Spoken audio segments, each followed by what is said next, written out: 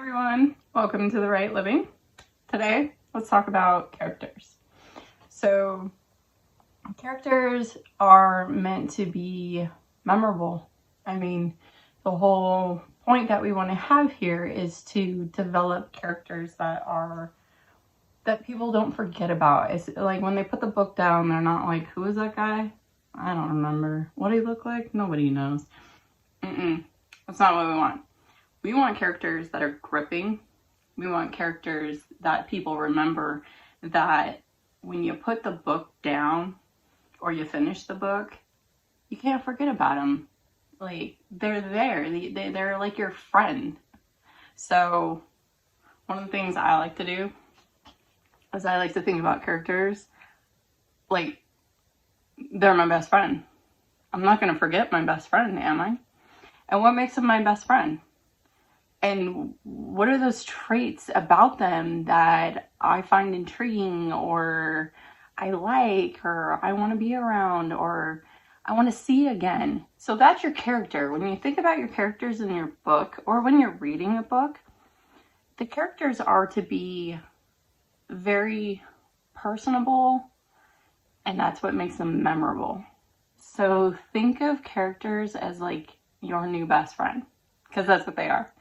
So when you're writing a book, how would you feel if you just found out that your best friend's husband cheated on her, or your lifelong friend from when you were a kid just got murdered? You're going to be devastated, right? That's the whole point. But when writing, you have to, as you go, you have to develop your characters more so people become more attached to them. And I'm going to do a part 2 and probably a part 3 about character arc, and then character descriptions and anything else I can think about characters, right? Because characters are in depth. They're supposed to be. It's a fictional person that you're supposed to fall in love with and relate to and go on the journey with. And that's what makes them memorable. Having memorable characters is what makes it gripping. So if you think about like your favorite TV show, right? Name it. Really popular ones: Walking Dead, Suits, Game of Thrones, what's that other one people watch? The Last of Us? I don't know. I don't really watch that one, but you stick with the TV show and fill in the blank. What's your favorite TV show? Comment. Actually, I'd like to know, because those are good characters. So, quick, right now, comment down below about what your favorite TV show is. So, really hit TV shows have great characters, because that's what brings you back for more. You come back because you want to know what happened, what's going on with them. And it doesn't matter that they're fake. It doesn't matter that it's fiction, because we can relate. They're people.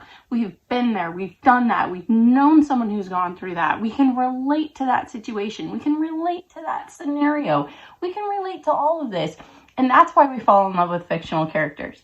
Sounds a little weird. I know. I get it. But it's really not. Because we're human, and it's empathy. Sympathy? No, I think it's empathy.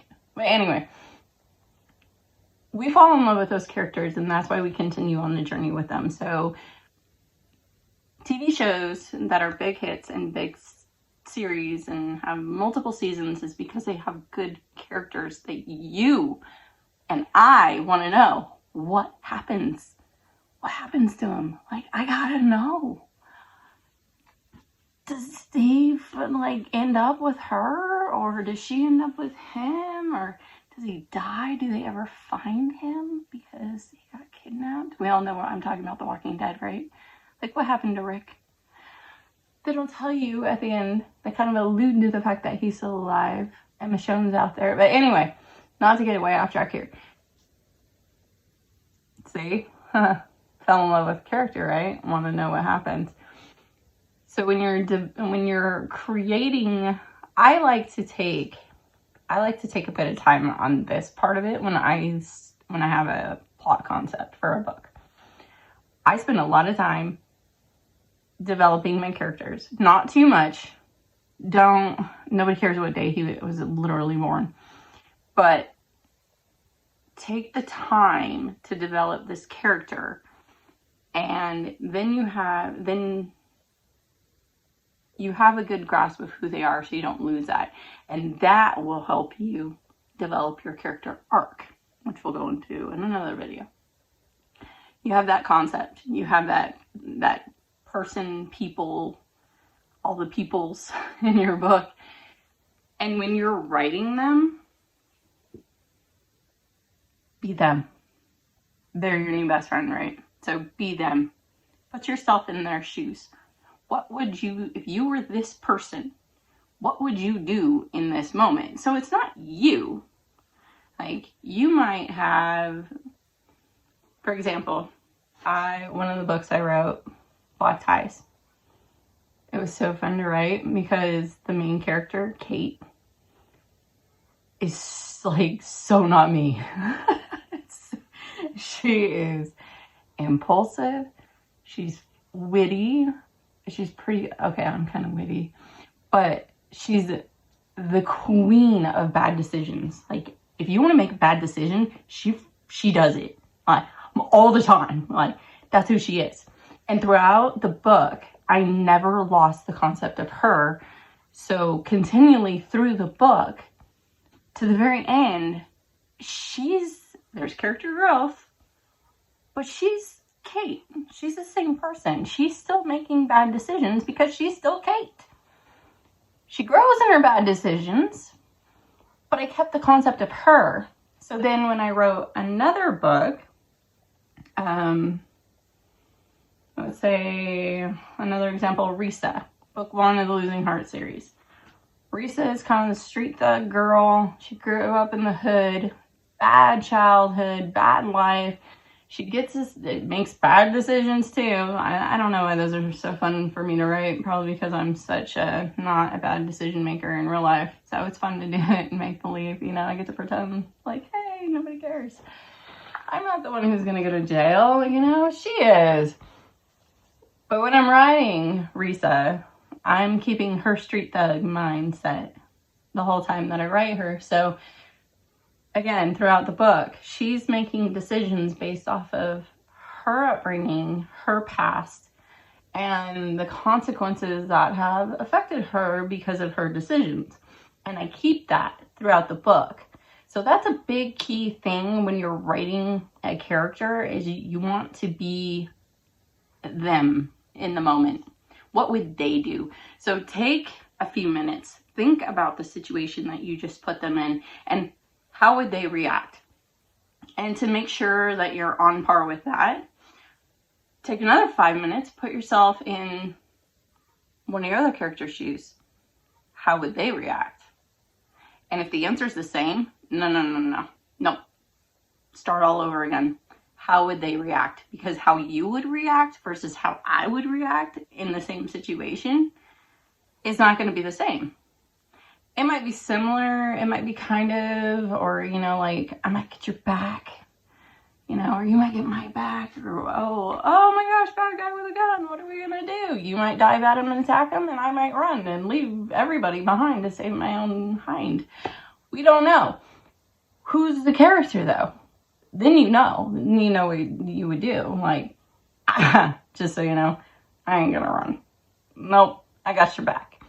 But that would be a story about me and me as the main character, but this is not that. So, but it's a good practice when you're gonna write a scene is to switch through the characters, especially if there's multiple characters in the one scene. What do they do? And make little notes, like, this guy, Kevin, he's gonna be scared. He's gonna think about running. He's going to think about, how am I going to get out of this alive because I'm going to die, and he's starting to panic. Then you can think about Jake, let's say. No, he's a bit nervous, but he grew up a little different. He's kind of used to this. His dad beat him up as a kid, so he's not going to back down that easy. He's been hunting. He knows how guns work. Is the safety on? How many bolts are in the cylinder? You know? Whitney, city girl, she straight up is gonna panic. Like, oh my gosh, we're all gonna die.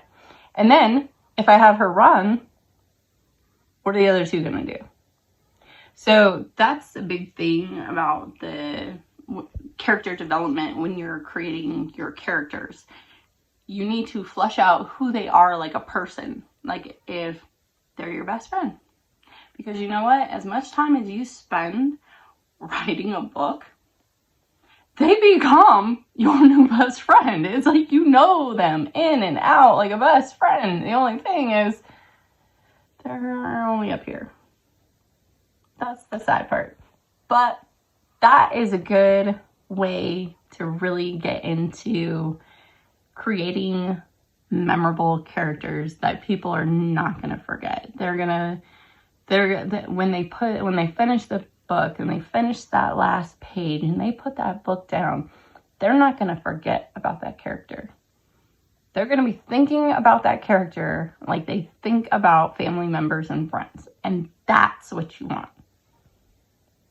You want them to have the, oh no, did that really just happen to them? Or, I'm so sad the book ended. I really wish there was a sequel because I want more of that person. I want to see them again. I want to know what's going on in their life. You want that. And that's what makes really good books. That's what makes memorable books. That's what makes memorable characters. And I think in time, that's, what makes books sell. And people talk about it because they're thinking about it. I've had people come to me and mention other books that they just could not forget about. Like, it stuck with them. Even thinking about it again, they're like, oh, I just want to cry. I felt so bad for her. I've had a few people tell me about Endless Betrayal. They couldn't stop thinking about Samantha. And they hit me up and they're like, how did you create her? And what happened? Like, later, even though the book, it was a one-off book, what happened? Like, I still get hit up by one of my fans. He can't, I know, really shocking. Her character was such an impression on him. He makes jokes every now and then. He'll hit me up and like, oh, I'm still looking for my Samantha, and like, it's cool. It's cool because I'm in a character that numerous people have told me that they just can't forget about. And Kate, I've had quite a few people tell me that they can't believe like her, and they read the book several times and they just can't stop thinking about her, so to me it's like, yay, I did it. I made memorable characters. I've also had, like, I read the second book in the Losing Heart series, Brittany. I loved Brittany. I got so delved into her. It was a bit consuming. It kind of messed up my emotions. I was a little moody, my husband told me, but I was feeling her while I was writing her. And she was going through a severe tragedy at the time. And I love her. I thought she was awesome. I haven't had as much feedback about her. I guess I love her more than other people love her. I've had people tell me they love Risa. So, it's kind of weird how it's hard to know exactly who people are going to fall in love with versus others, because the characters I have fell in love with more, others have not. And then there's characters that other people have fallen in love with, and I was like, really? I felt more for this character than that character, but hey, we're all human, right? It's a learning process for sure. But I say treat your characters like they're people. So give them their own quirks, their own personalities, their own flaws and perks, and make them human. And when you write them, feel them. Like, take a moment to get into it and feel them. So you're actually writing it as you were that person. And at least that's my thoughts on it.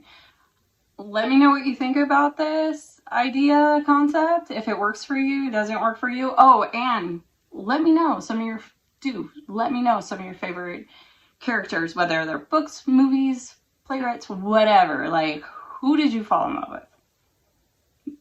Oh, like, subscribe, and see ya.